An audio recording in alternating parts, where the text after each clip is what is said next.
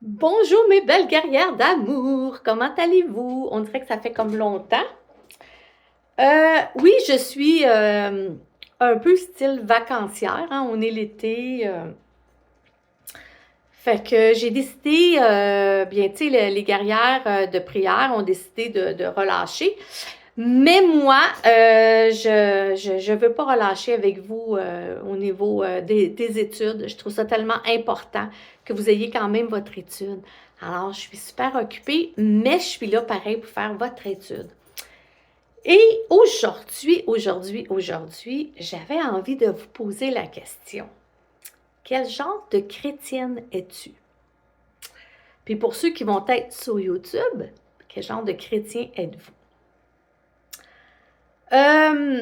Il y a plusieurs sortes de chrétiens. Tu vas peut-être me dire, ben voyons, Suzanne, oui, il y a plusieurs sortes de chrétiens. C'est quoi? Je vais vous en parler de ces sortes de chrétiens-là. On a ceux qui ont accepté le Seigneur. Le premier groupe de chrétiens, c'est ceux qui ont accepté le Seigneur, qui ont accepté le salut, puis qui se disent, ben, moi, j'ai pas à faire tant finalement, puis je vais aller à l'église à chaque dimanche. Parce que la parole de Dieu nous dit qu'on doit se nourrir. Hein, la parole de Dieu. Attendez une minute. Mon chien est à côté de moi et il me dérange. Matthieu 4, verset 4, qui nous dit Jésus répondit, il est écrit, l'homme ne vivra pas de pain seulement, mais de toute parole qui sort de la bouche de Dieu. Alors, c'est important d'aller le dimanche à l'église pour apprendre et écouter la parole de Dieu et fraterniser avec des frères et sœurs. C'est primordial, parce qu'on se rencontre tout ensemble et ça nous fortifie et ça nous édifie. Donc, il y a des chrétiens du dimanche. À l'époque, quand j'étais jeune, dans les années 70-80, on disait, je ne sais pas si les gens le disent encore, mais on disait qu'il y avait des conducteurs du dimanche. Les conducteurs du dimanche, c'était les personnes, souvent c'était des personnes âgées. C'était les personnes âgées qui sortaient seulement le dimanche pour aller à l'église. C'est vraiment un beau parallèle.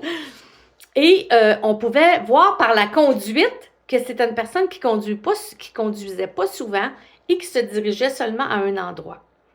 Alors, il n'allait pas plus loin, il ne parcourait pas le reste de la ville, mais bien le dimanche, il allait tout tranquillement, puis nous, on était en arrière, puis on disait, bon, le conducteur du dimanche.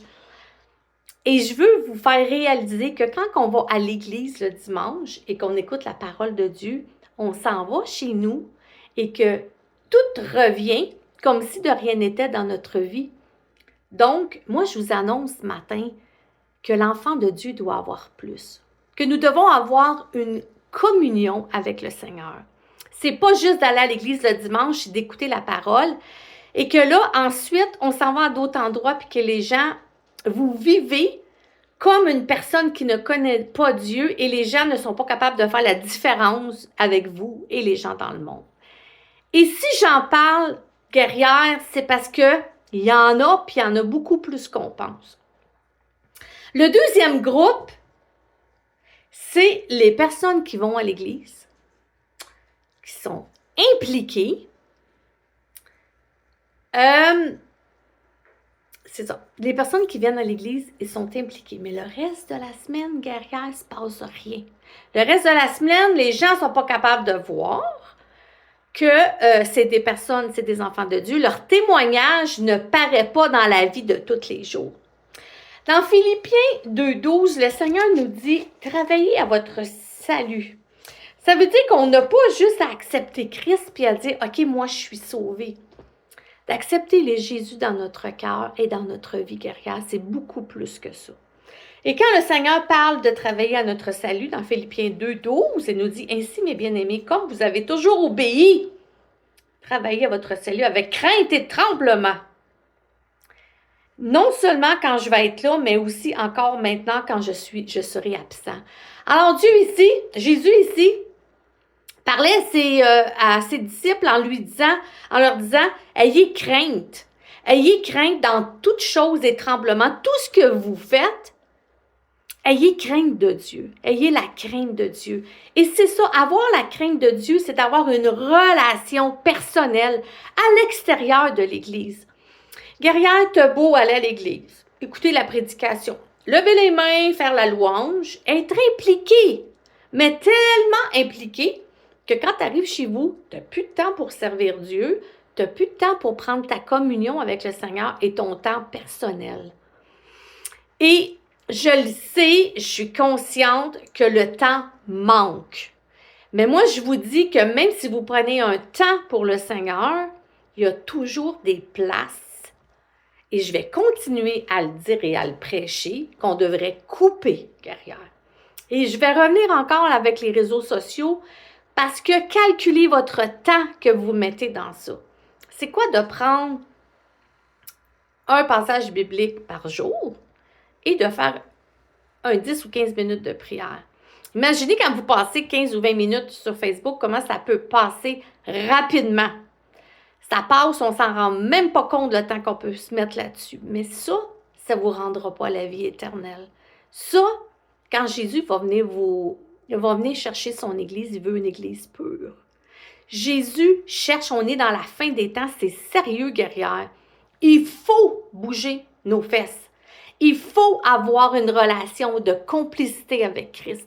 Bon, mais c'est quoi, Suzanne? C'est pas d'être à toutes les minutes à genoux en train de prier. Ce que Dieu demande, c'est d'avoir une relation personnelle dans tout ce que tu fais, guerrière, dans tout ce que tu entreprends. Même s'il y a des choses que tu voudrais faire, attends d'avoir la réponse du Seigneur. Puis si tu n'as pas la réponse, ben touche pas à ça. Mais tu sais, je le dis, je le redis, dans tout ce que tu fais, dans tout ce que tu fais et tout ce que tu entreprends dans ta vie, moi, chaque matin, quand je prends la route, Seigneur, bénis-moi, bénis les autos qui vont me croiser. Bénis, Seigneur, tous ceux que je vais rencontrer. S'il y a quelqu'un à qui je peux parler de toi, je peux faire un sourire dans toute ta vie. Vous savez, dans la parabole des 10 vierges dans Matthieu, c'est Matthieu 25, 11. Attendez une minute, je crois. La parabole des 10 vierges. Mais ça parle des enfants de Dieu, ça parle de 10 personnes qui ont accepté Christ. Et ça, il ne faut pas oublier, il faut le lire et le relire. C'est en plein ça. C'est 25, enfin ouais, c'est ça, c'est de 25, de 1 à 13.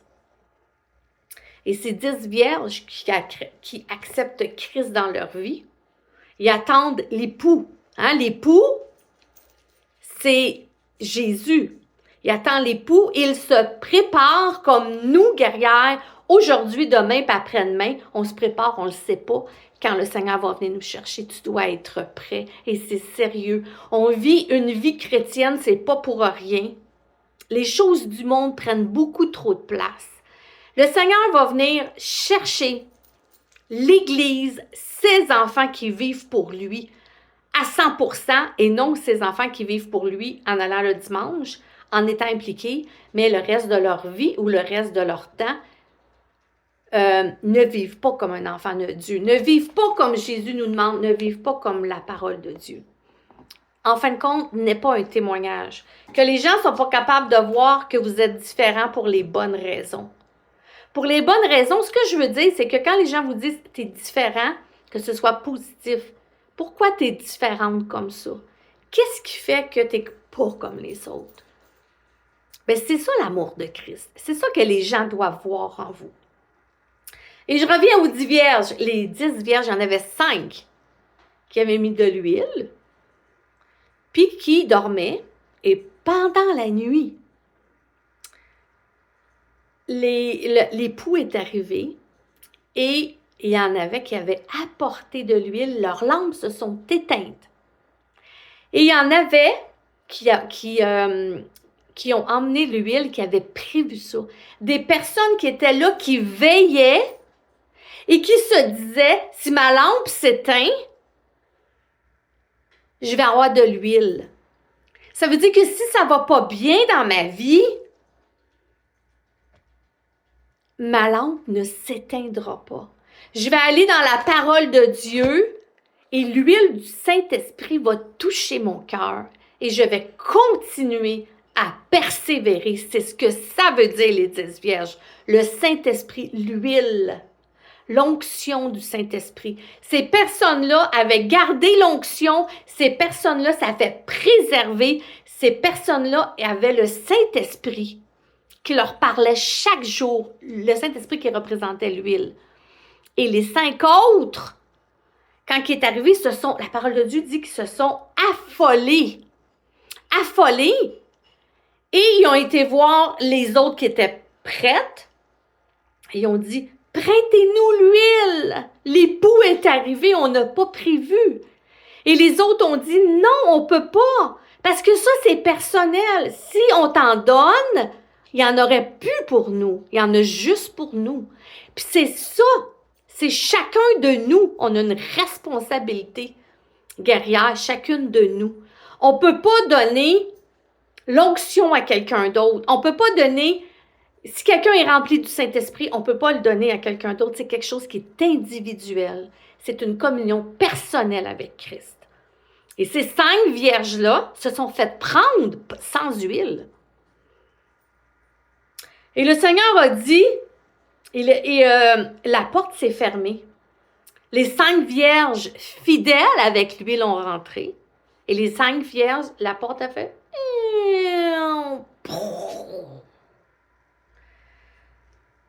Plus tard, les autres vierges vinrent et dirent au Seigneur, « Seigneur, ouvre-nous! Ouvre-nous, Seigneur, la porte est fermée pour l'éternité. Ouvre-nous, Seigneur, je t'en supplie. On était là, mais on n'a pas veillé, on s'est endormi. Mais on avait de l'huile dans la lampe, mais on n'a pas veillé, Seigneur. T'es venu, on ne le savait pas. »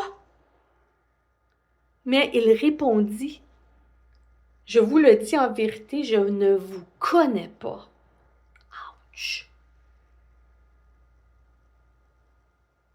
Ça fait mal.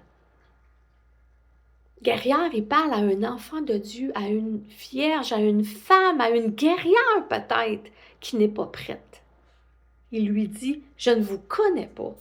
En plus, je ne vous connais pas, je ne vous connais pas. » Et il dit, « Veillez donc, puisque vous ne savez ni l'heure ni le jour. »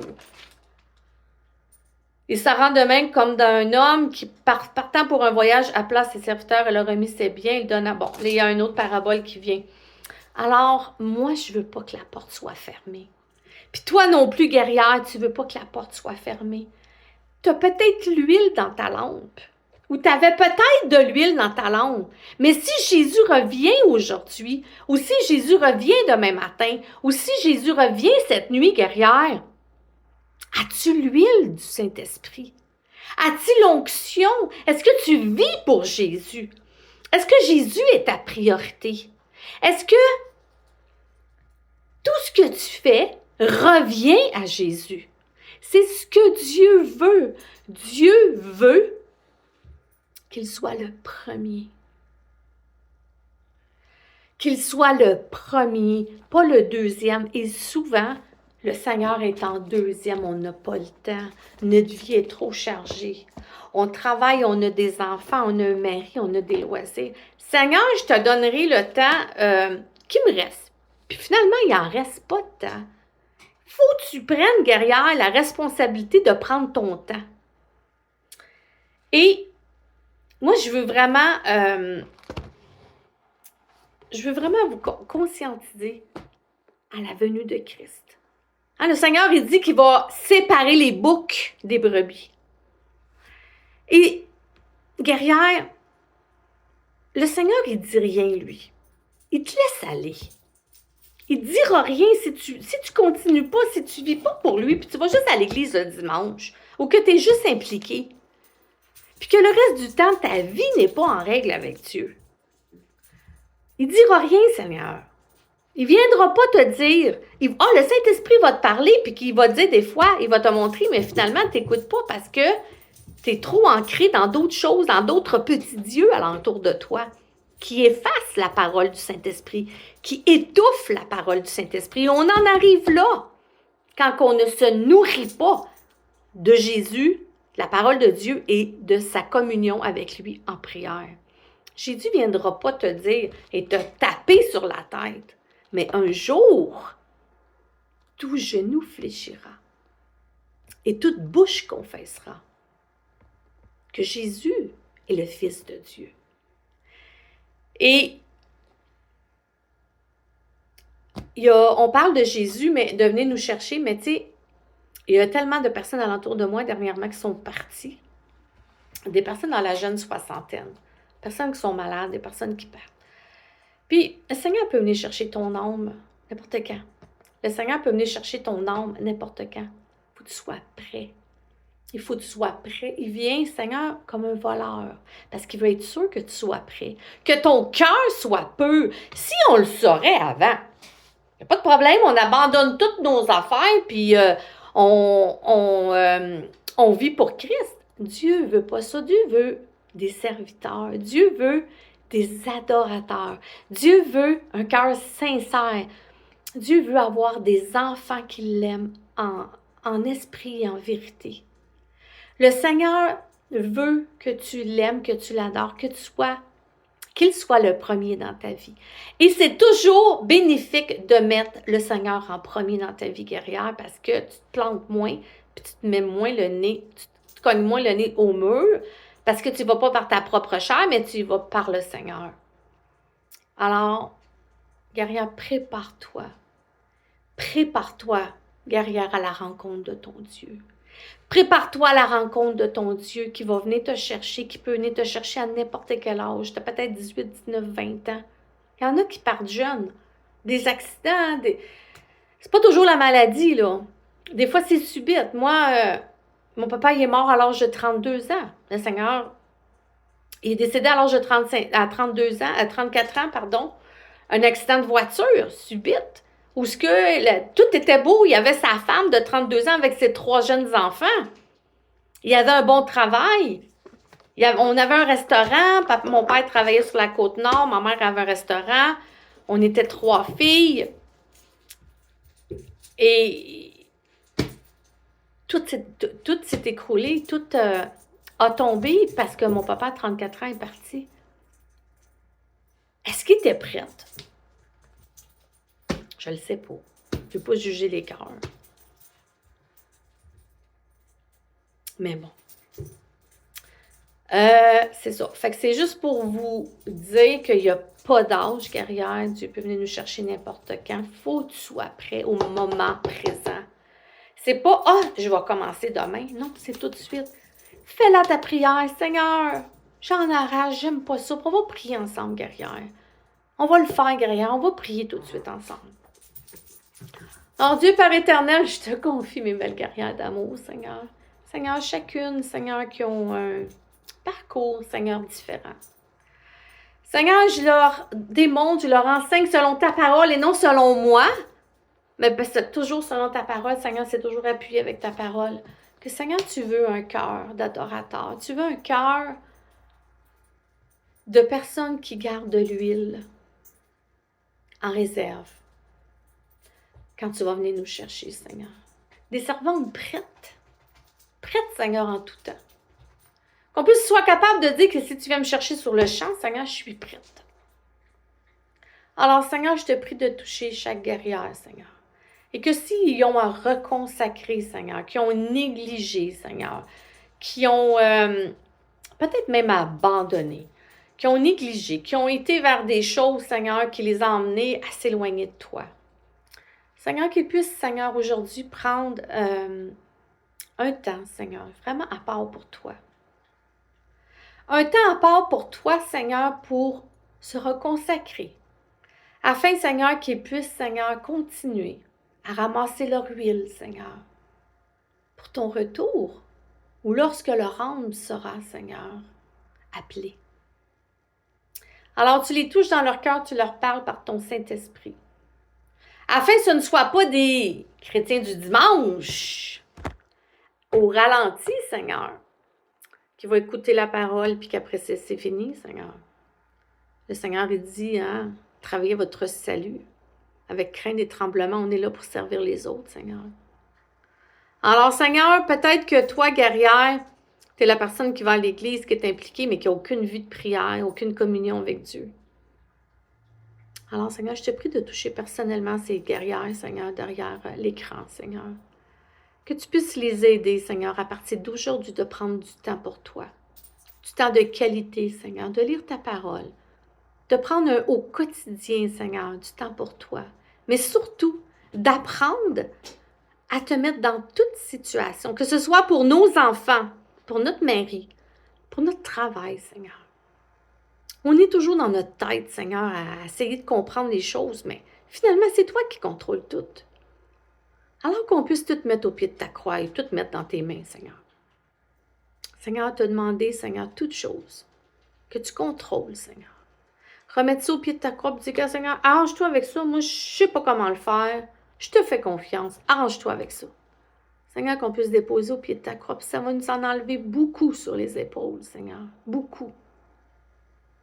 Et Seigneur, on va venir, Seigneur, que ça va venir naturel de toujours te demander, de toujours aller, Seigneur, à toi. Puis même, Seigneur, les guerrières, Seigneur, quand quelqu'un demande quelque chose, ils ont le droit d'aller dans la prière et de dire, je vais te répondre plus tard. Allez, Seigneur, te consulter avant, Seigneur. Afin, Seigneur, de préparer l'huile, Seigneur, à t'offrir. Je te prie de les toucher, Seigneur, ce matin d'une façon particulière. Au nom de Jésus. Amen. Amen. Alors, mes guerrières d'amour, je vous aime tellement. C'est pour ça que j'essaie de vous encourager, à persévérer. Puis oui, on relâche souvent. Hein, on relâche, c'est l'été. On relâche, c'est les vacances, les enfants qui sont à la maison, le quotidien qui n'est pas le même. Vous devez sortir avec les enfants. Les journées sont chargées aussi, de façon différente. Mais le Seigneur, il n'est jamais en vacances. Alors, remets-toi entre ses mains, même tes propres vacances. Chaque jour que vous êtes avec vos enfants, Seigneur, bénis la journée qu'il va avoir en avant de nous avec nos enfants. On veut, Seigneur, que ce soit une journée pour toi. Ça prend 2 minutes à faire, tout ensemble en famille. Et ça l'aide aussi les enfants. Ça leur démontre que vous priez en toutes choses. Même